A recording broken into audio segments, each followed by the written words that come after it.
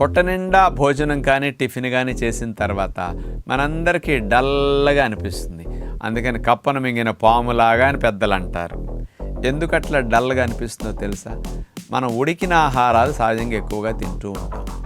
ఈ ఉడికిన ఆహారాలన్నీ అరిగించటానికి మన పొట్టలోకి వెళ్ళిన తర్వాత 25%, 30%, ఒక్కొక్కసారి 35% ప్రాణవాయువు అవసరం అవుతుంది.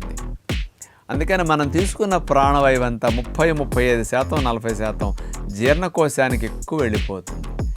శరీర అవయవాలకి, బ్రెయిన్కి ప్రాణవాయు సంచారం తగ్గిపోతుంది.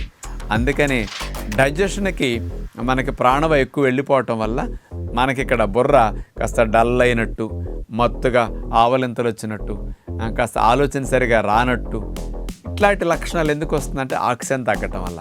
అదే మీరు పళ్ళు తినండి, సాలడ్స్ తినండి, నట్స్ తినండి, మీరు డల్గా ఉండరు. ఎందుకు? వాటి నిండానే ఆక్సిజన్ ఉంటుంది, ప్రాణశక్తులు బాగా ఉన్నాయి, దీని అవసరం తక్కువ ఉంటుంది. అందుకని తీసుకున్నట్టు బాగా అందుతూ ఉంటుంది.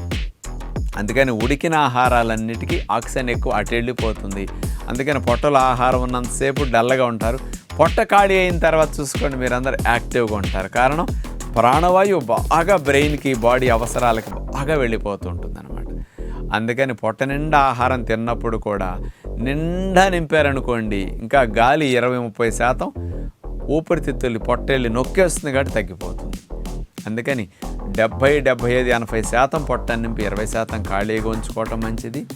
ఉడికిన ఆహారాలు మధ్యాహ్నం పూట ఒక్కసారి అయిన నియమం పెట్టుకుని ఉదయం సాయంకాలం న్యాచురల్ ఫుడ్స్ తింటే మీ శరీరంలో ప్రాణవాయు సంచారం బాగా వెళ్ళి మీ మేధస్సు బాగా పెరుగుతుంది, మీ ఎనర్జీ లెవెల్స్, మీ ఆయుష్ బాగా పెరుగుతాయి, మీ ఎఫిషియన్సీ 2-3 రెట్లు పెరుగుతుంది.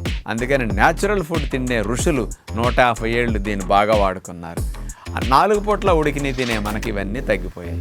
కాబట్టి వండిన వాటిని 1 పూట తినండి, వండని న్యాచురల్ ఫుడ్స్ని 2 పూట్ల తినండి.